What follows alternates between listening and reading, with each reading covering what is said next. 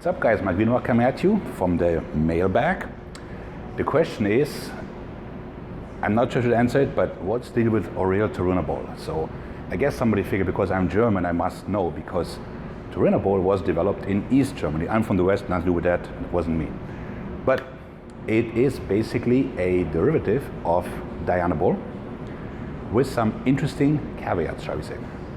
So oral Turinabol was developed to basically help people put on weight and help with osteoporosis, bone density. It worked really well, people gained muscle, and then the East German sports miracle was basically fueled by the little blue pills, as they called them, oral Turinabol, because they were hard to detect, they improved endurance, they had people gain dry amounts of muscle without getting overly bulky. And even though it is a derivative of Dianabol, there's two very interesting differences. One is that it does not aromatize, meaning there's no risk of gyno and that sort.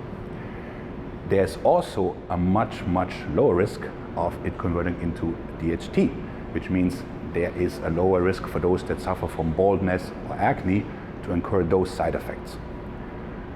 So it is a relatively mild compound which enables the athlete to put on a good amount of weight and strength while keeping the endurance high, as opposed to Dianabol where people would get severely bloated.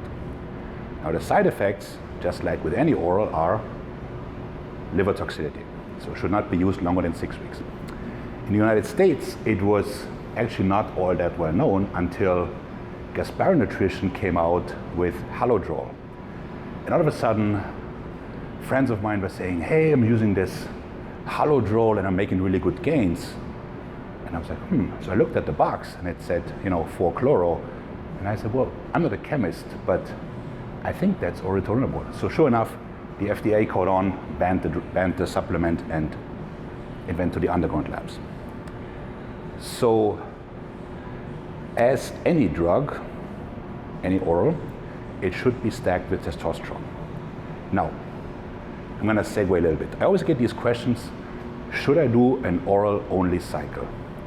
You should not. This question alone implies that you're not ready to use drugs. There's two reasons for that.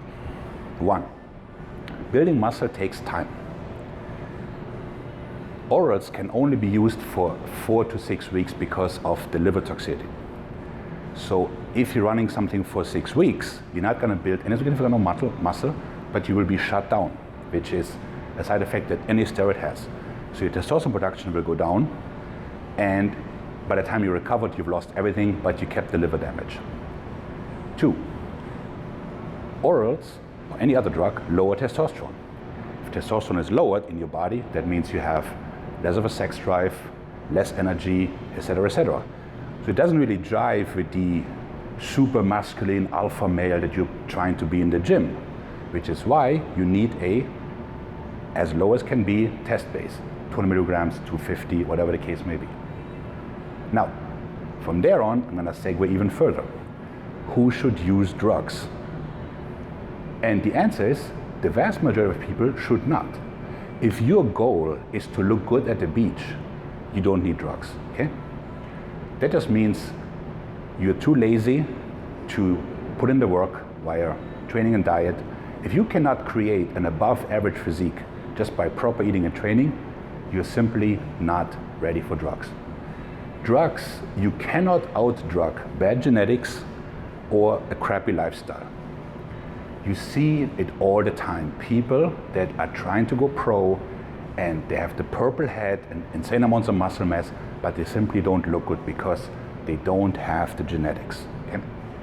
So, if your goal is simply to be a good-looking dude, girl, don't touch drugs.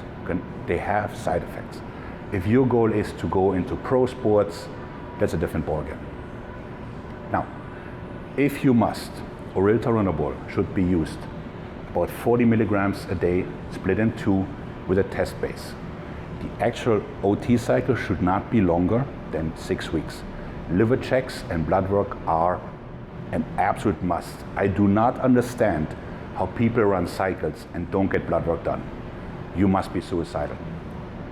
PCT is also a must. I know some people ask me this, HCG and NOLVA, whatever you want to do, but have PCT handy.